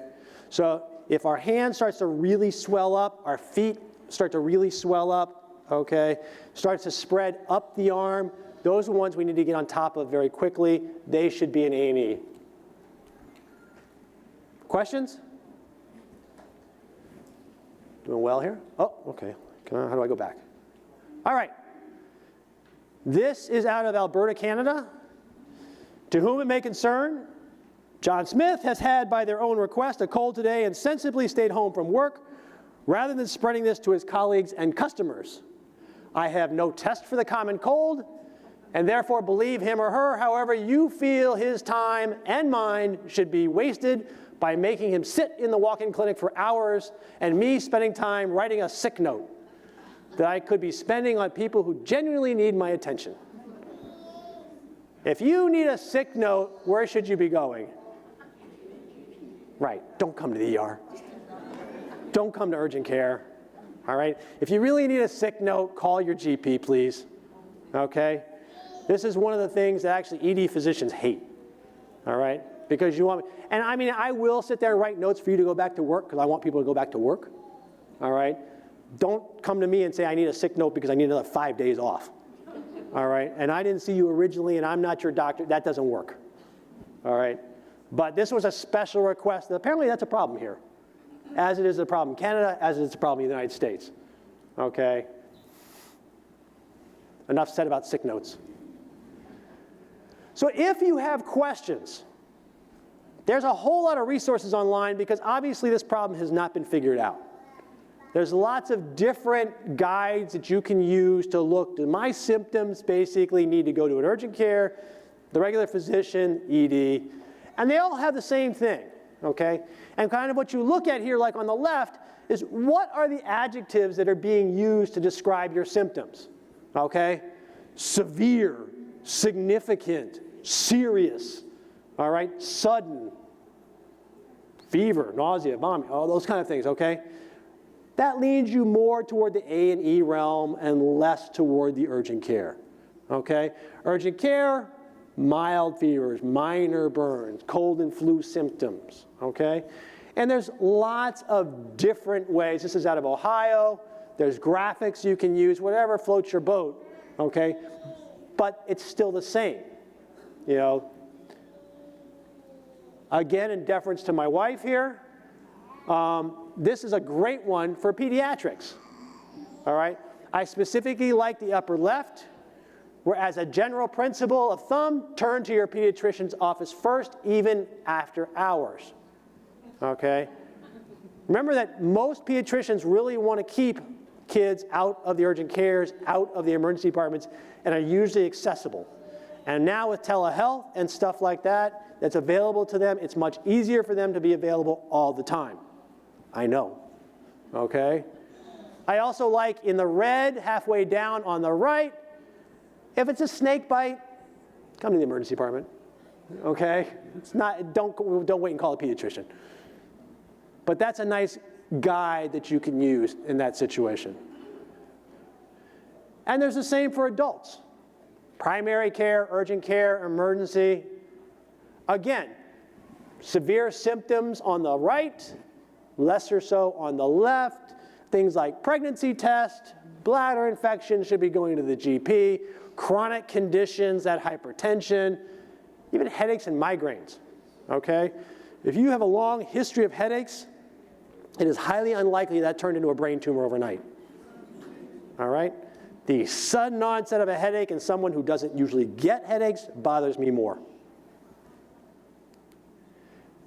And if you're like me, an emergency department physician who thinks very simply, if something is off, that should be on. If something is in, that should be out. If something can be moved, that should be firm. Or if nothing is moving, you come see me.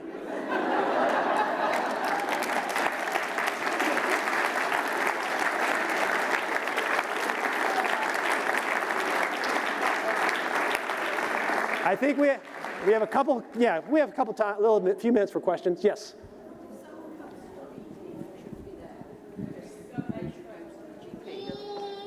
If someone comes to your ED who shouldn't be there because they should have gone to the GP, at what stage do you turn them away? And do they get to see you? They get to see me, because in the United States, I cannot legally turn them away. So the law in the United States, which is called EMTALA, if you've heard of that, was put into place in the 1980s when exactly that was happening. People were being turned away in emergency departments primarily because of insurance. Didn't have insurance, you couldn't come in the door. So now we are under law to basically see everybody.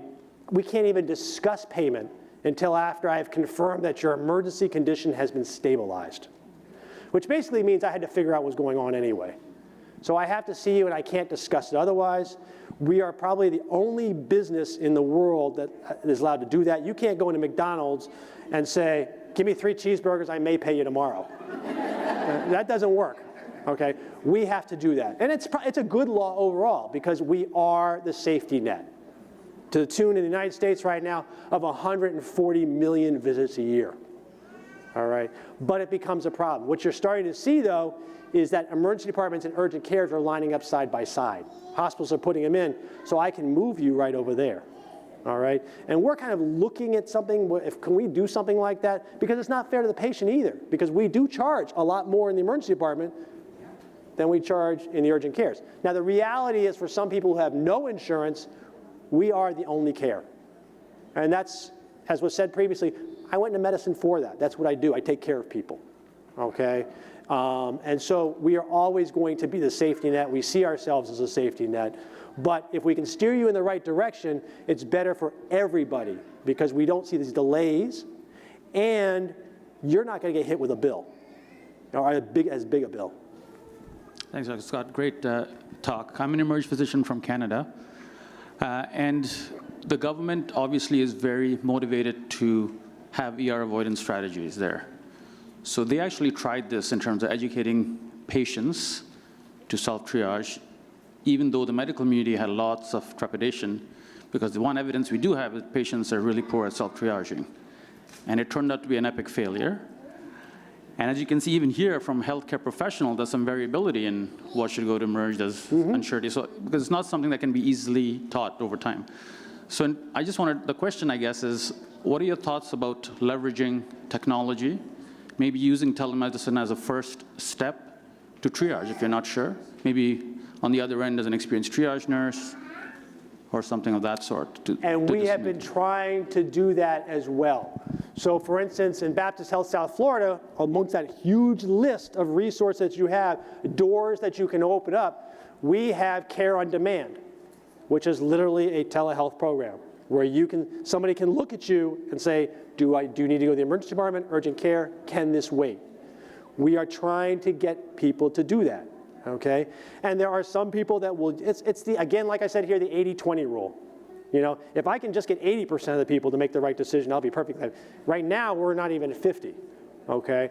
If we can get to 80, it would be great.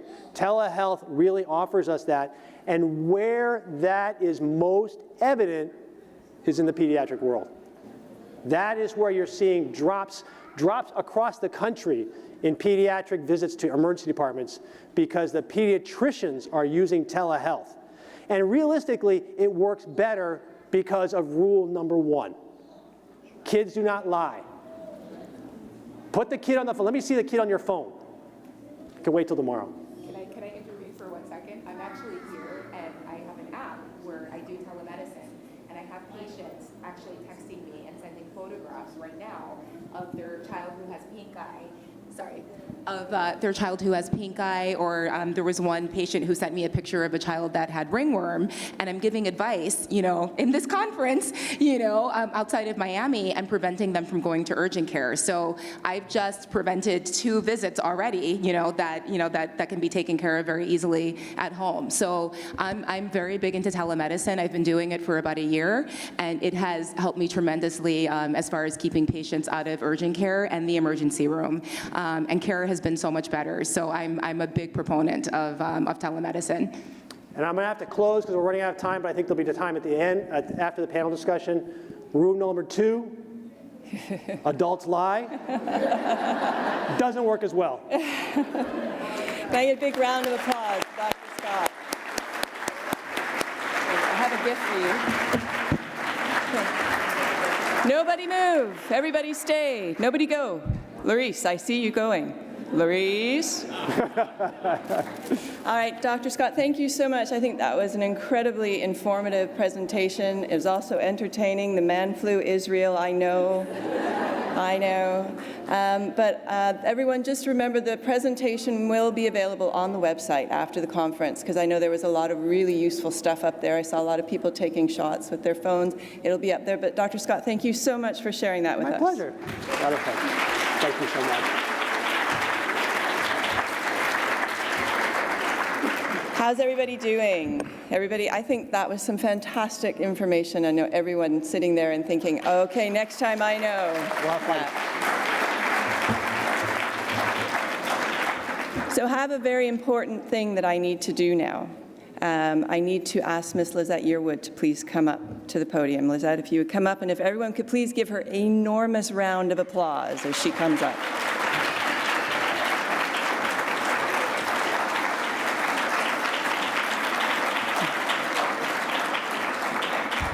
So Ms. Lizette is the chair of the planning committee for this conference. Have you guys enjoyed the conference? Because I can tell you without reservation that if it wasn't for Ms. Lizette and her tenacity and her professionalism and her awesome creativity and her awesome team, this magic would not happen. So Lizette, thank you. It is the team, yes, we do have a fantastic team. But I can tell you that Lizette has an incredible ability to herd the cats, to keep us focused, and to make sure that we stay on target. She's also very good at reminding me that it's time to get started. Why haven't we started this yet? So we really couldn't do it without Lizette. So Lizette is a very small token of our appreciation for your awesome work with the conference and everything else that you do. Thank you so much. Thank you so much.